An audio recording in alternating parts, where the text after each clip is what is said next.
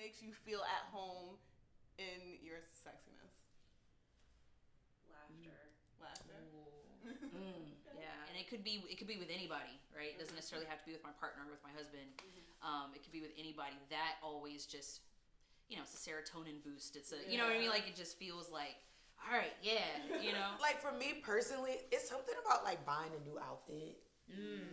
That is just like, bitch. Okay. I don't even gotta know where I'm wearing it to. Yeah, you're like, wait on it. It's just like, when I pull you out, I'm pulling you out, okay? What is your ideal relationship model? So would you, if you had to pick, would you rather stay single, be married, polyamorous, friends with benefits, a side chick? Like, what would be the ideal relationship for you?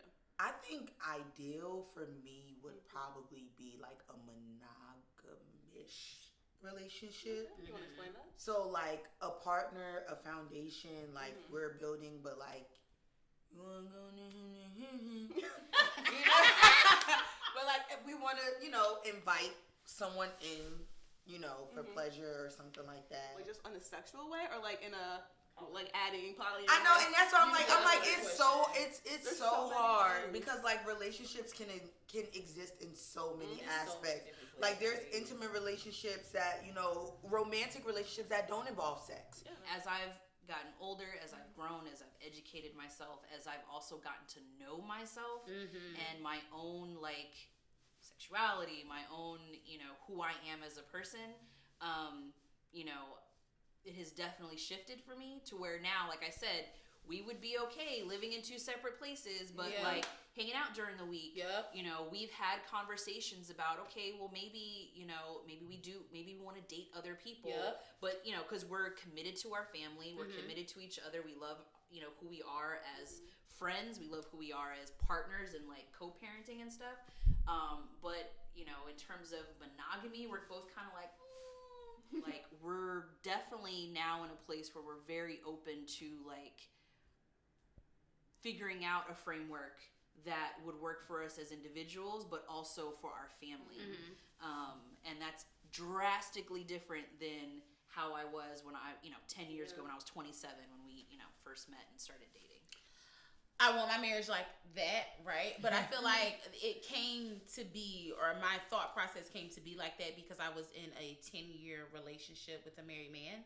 And it honestly worked for me. Like, I was in school, I was traveling, doing all these things, moved to Philadelphia, so it kind of worked. But I think that set the tone for how I want my marriage to work.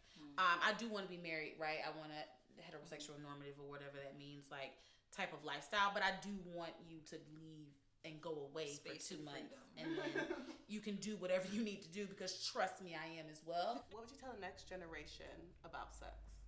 As you mentioned earlier, like sex is like almost sometimes seen as like such a taboo thing, but it's like it's natural. Normal.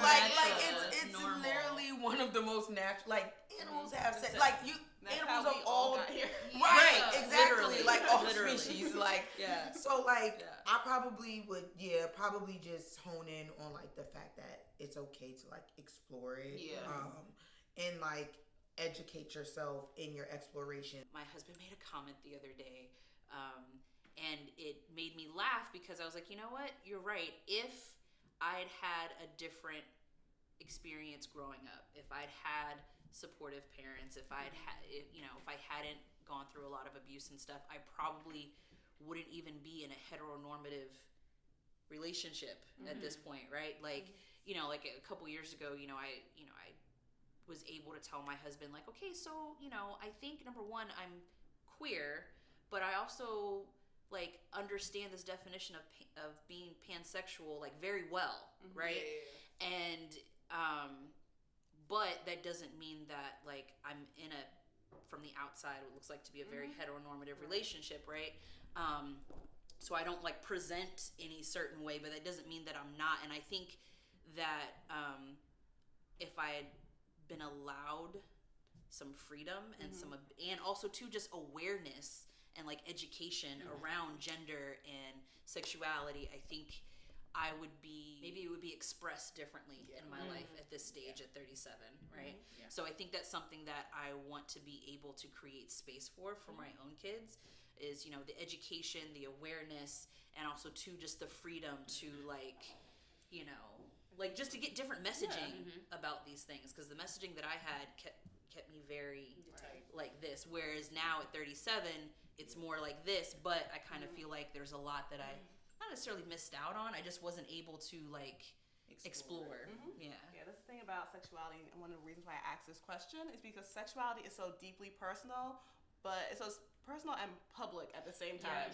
Because something that you have to like learn within yourself, but it's also how you present in the world. It's how you interact with other people. So you choose to love or be physical with. So like sex is just one of those things that is inward and outward at the same time, and that's hard because you're dealing with yourself, but also with other people. Right. So and as you like grow, get older, you know, you learn things. You're like, oh, maybe this is, you know, I like this. You know? Right. And that's okay. And it can change. It can fluctuate. It's just, there's a spectrum. Right. And someone that is partnered. So now, as a change within you, now you look at tell this other person, see how they deal with it. Sex is normal. What you make it. Sex is confident.